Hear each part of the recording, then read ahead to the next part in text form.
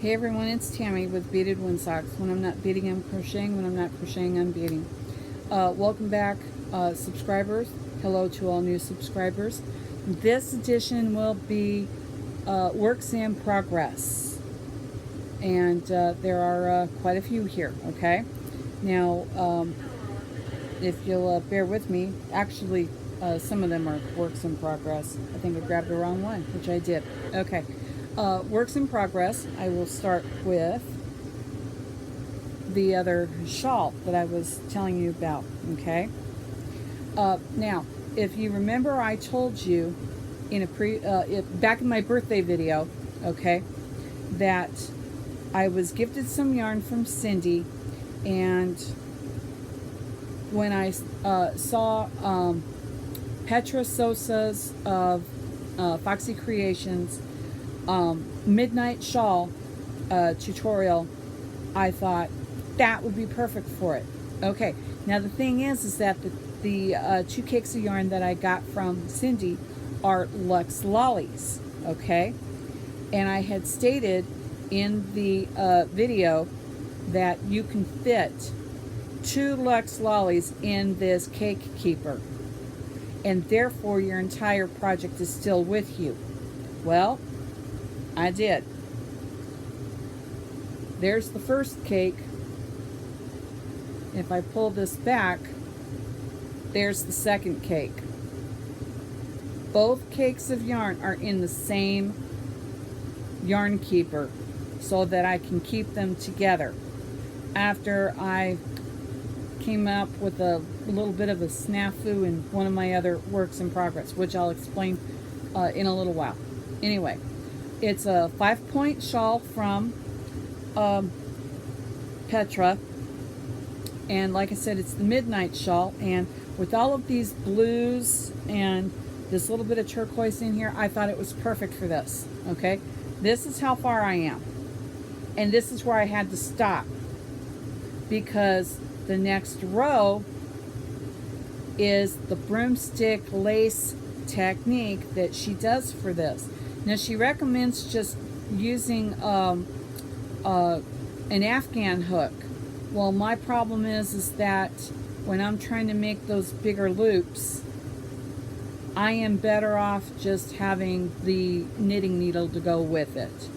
So when I make the broomstick lace, when I make the big loops, I'll be using the knitting needle that I showed in the previous video, how to keep my loops all the same size. That's why, okay?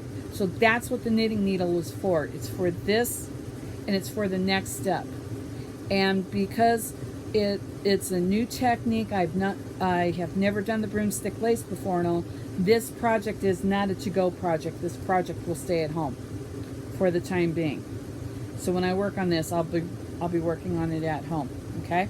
So that is that first work in progress, all right? I'll put that back over here, okay? A second one that actually just got started as a cowl. I started this project last October, and by the time I got the base done, Christmas was right around the corner. So I went ahead and bagged everything up and kept it aside and kept it in one location. Okay, what has happened is that Heidi Yates of Snappy Tots, hi Heidi, she has decided to do the Christmas calendar countdown as a cowl, and she's starting it now so that we can have it done in time for Christmas, or at least in time for December. Okay. And I've decided to go ahead and use the cowl to get this done, because it was supposed to be for little one last year. Well, she's going to get it this year. Whoops. Excuse me. I apologize. The cooler's going to be kicking on and off. And right now, this is the backside, or the base. This is the base for the calendar countdown. Okay? And what I need to do now is put the next step on, and that's the tree. But I'm going to go ahead and wait until wait until Heidi is up to that point, okay? Because you'll need green buttons, all the same size. You'll need colored buttons for the ornaments, and you'll need a green color for the tree branches and a brown color for the tree trunk, okay? You'll also need some thread, and that is what I have here that I got those finished last year, but like I said, December 5th came around and there was no way I was ever going to finish it in time. So I'm hoping that this year I can go ahead and I can get it done. Okay, and then here is my bag of buttons, my other bag of buttons, my thread to sew the buttons on, and the warm brown that I need to put the tree trunk on the base. Otherwise, I'm not going to have, I'm going to have to find another brown to finish it with, and I don't want to do that. Okay? So, to Heidi Yates with the Christmas calendar countdown, I hope this time I can actually get it done. So, I'm crossing my fingers. Okay. Next up, work in progress. This was a scarf that I did up, and it's a smaller scarf. It'll be more designed, I think, for someone that's more of a teenager or just a little bit younger. And this was in the Orchid Blossom Red Heart Hello Gorgeous. And what I did was, when I did this one, I did only 28 eyelets. 28 eyelets, I believe. 1, 2, 3, 4, 5, 6, 7, 8, 9, 10, 11, 12, 13, 14, 15, 16, 17, 18, 19, 20, 21, 22, 23, 24, 25, 26, 27, 28 eyelets. Okay, so the center point is only 28 eyelets, and this was off of Jess Coppom of Makeanddocrew with her take your pick as to which one. They're both the same, just one uses a thinner yarn. The Desert Winds Triangle Scarf, I'm so sorry, or the Dusk to Dawn scarf, okay, slash shawl, because if you go ahead and use up the entire cake, it becomes a shawl, okay? But that's this one. And I noticed I ran just short of finishing the end. There was not enough here to finish it. If I tried to, Yarn Chicken would be lost. So I kept trying to figure out how to go ahead and finish it off without having to buy a whole nother skein. And then I came across this little bundle from the cake that Shelly gave me that I made another shawl with. It was Yarn Beads, Sugar Wheel, Shirley Sugar Plum. And this is what was left of it. I think I'm going to add this on to the end and go ahead and get this one finished up. So that way, it's pretty close to some of the grays that are in here. It's a purplish gray. So that's what I'm going to do with this to finish this one up. And then get the ends weaved in, because this one's going to the craft fair, and we'll see if anyone wants it and all. Like I said, anything that doesn't sell at the craft fair will then go into the Etsy shop, and I'm going to put the yarn inside with it, so this way I don't misplace it. I have a bad habit of doing that these days. Okay. Next up, I think that's it for my works in progress. No.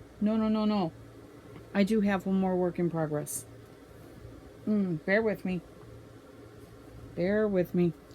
I'm working on the Piper hooded shawl. I cannot remember the name of the person or the website, but it will be linked below. Okay. And this is cake 1.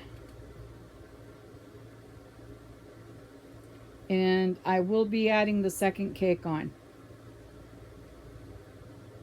And the stitch markers that are in here, let's see.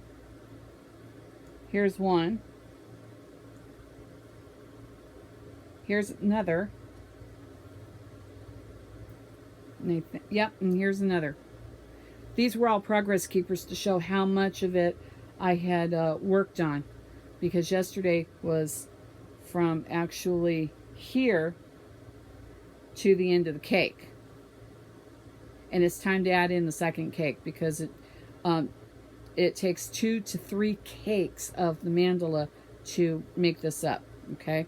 And this one's in the colorway Genie.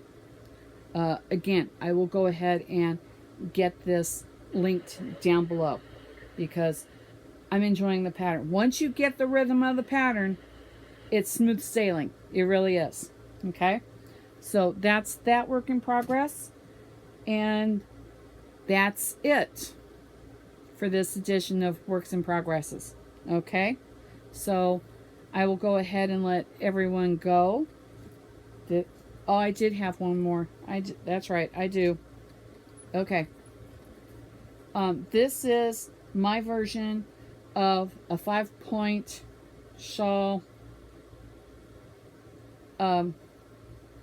mesh, a 5-point mesh shawl. Okay, in that cotton candy.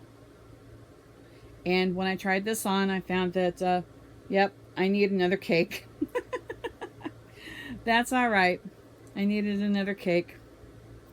Okay, no big deal. But this the basis for the pattern, the basic to start, came from Petra Sosa of again Foxy Creations. But I did not go to her fishnet because I wanted to just do it up on my own, okay? So, mine works in the chain space, okay? I'm doing mine up in the chain space. I think she did hers in the top of the stitch. I don't know. I did not look. But I did notice a similarity just from the picture. That was it, okay? So if this is considered part of her fishnet, by all means, I will put it in there, okay? All right, and thank you, Petra, and you can get back to me on that, okay? And that was why I needed the extra cake. Okay. Next up, we'll do finished objects, and it'll be in its own video too, so bear with me. I'm progressing along. I will let everyone go. Have a good day, okay? Bye-bye.